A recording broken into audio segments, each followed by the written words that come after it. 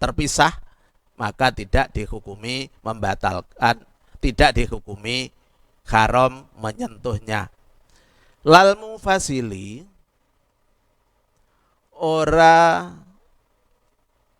kulit kang kapisah anhu saking mushaf. Kalau yang terpisah tadi tidak dihukumi membatalkan, tidak dihukumi haram. Hanya saja walaupun itu sudah terpisah dari Al-Quran, bukan berarti itu sama dengan sampah, bukan, harus kita hargai. Makanya di sini ada keterangan kelanjutannya, wa innama haruma angin pesdene haram opo alistinja'u sesuci istinja bi kelawan jilduhu.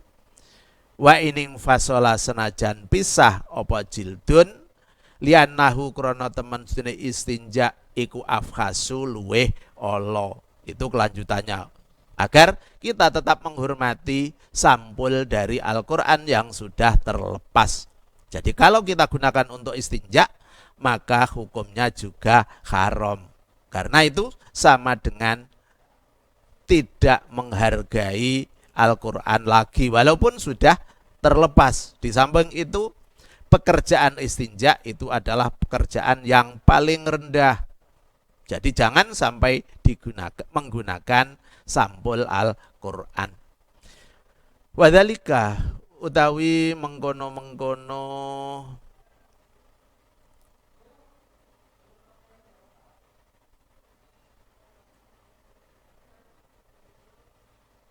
wadhalika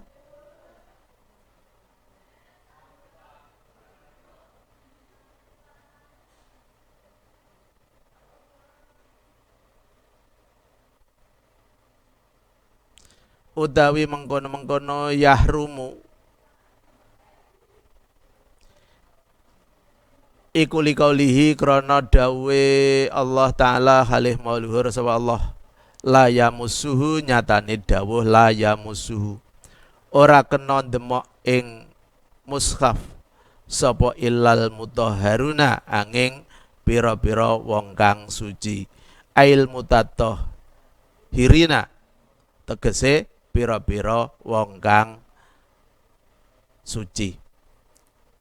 Itu dasar dari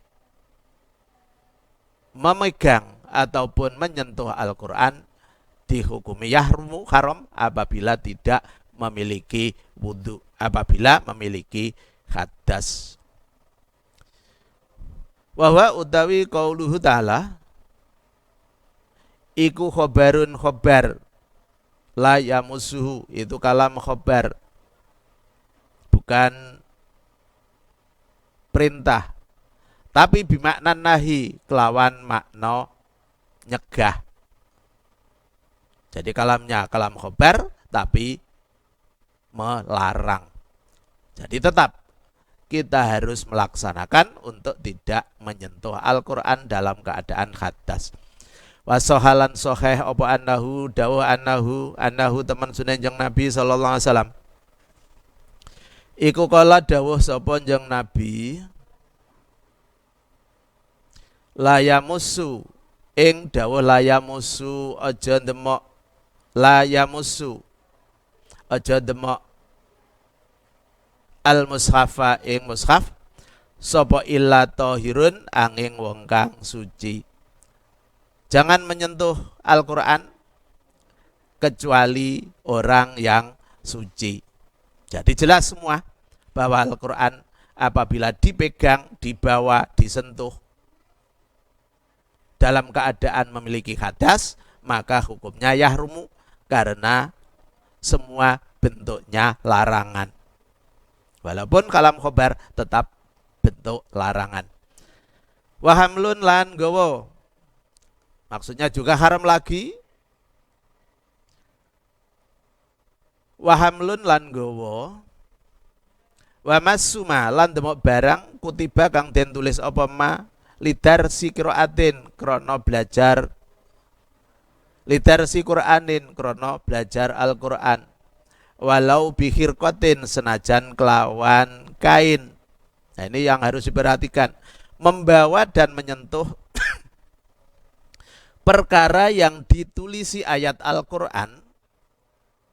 Jadi membawa ataupun menyentuh perkara yang ditulisi ayat Al-Quran, asal, ini yang jadi dasar, asal tulisan tersebut tujuannya untuk dirosah, untuk belajar Al-Quran, dimanapun tempatnya, itu hukumnya juga haram. Ini harus diperhatikan. Jadi misalnya kalau anak-anak kita memiliki buku, kemudian buku itu ditulisi ayat Al-Quran, kemudian tujuannya untuk belajar, tulisan-tulisan yang lain tidak ada, hanya itu tok, maka itu dihukumi haram kalau disentuh. Jadi harus hati-hati masalah yang ini. Alasannya lisibihi krono oleh nyerupani ma bil mushafi kelawan mushaf. Karena perkara yang ditulisi ayat Al-Quran dengan tujuan belajar Al-Quran itu menyerupai dengan Al-Quran. Hanya saja cuma sedikit. Kalau Al-Quran kan dari awal sampai terakhir 30 juz. Tapi kalau ini cuma sedikit, walaupun sedikit, bahkan walaupun hanya Bismillahirrahmanirrahim. Jadi satu lembar tulisannya Bismillahirrahmanirrahim satu, kemudian itu tujuannya untuk belajar Al-Quran, maka dihukumi seperti Al-Quran. Tapi kalau ada Bismillah, kemudian ada tulisan yang lain-lain, macam-macam, banyak, selain Bismillah tidak ada, maka itu tidak dihukumi Al-Quran. Bedanya seperti itu. Bikhlafima bidani kelawan barang kutiba kang den tulis apa ma lalit dirosati ora krono belajar. Berbeda dengan perkara yang ditulis ayat Al-Quran yang tujuannya untuk tidak belajar. Kalau yang seperti ini maka tidak dihukumi Al-Quran. Jadi misalnya kaligrafi yang ditulis di dinding dengan tulisan yang indah, karena itu tujuannya untuk hiasan, maka kalau kita sentuh tidak dihukumi haram apabila dalam keadaan hadas. Sebab tujuannya tidak untuk dirosah, tidak untuk belajar Al-Quran. Jadi bedanya itu. Niatnya orang yang menulis. Kalau niatnya untuk belajar, lidarsi Qur'anin, maka sama dengan Al-Quran. Kalau tujuannya bukan untuk belajar, maka bukan Al-Quran. Itu perbedaannya. Kata ma'imi qaidini biro-biro jimat. Ini contoh. Jadi ada kertas ditulisi ayat Al-Quran, tapi itu tujuannya untuk jimat, tamaim, bukan untuk belajar. Karena setelah itu dilipat, dibungkus dengan rapi, maka tidak membatalkan, tidak dihukumi haram apabila menyentuhnya. Wamalan barang ala nakdi kang tetap ing atase arto.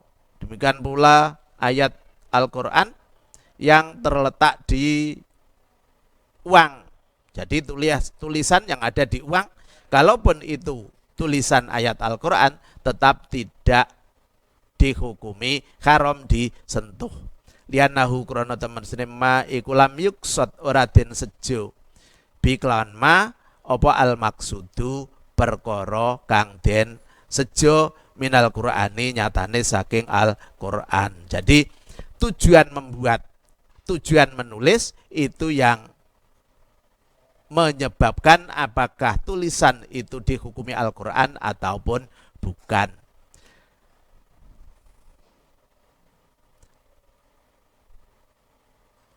Falam tajri mongko ora lumaku alaihi ing atase ma alan nakdi apa ahkamuhu pira-pira hukume Al-Quran. Karena tujuannya tidak membuat Al-Quran, maka juga tidak dihukumi seperti tulisan Al-Quran.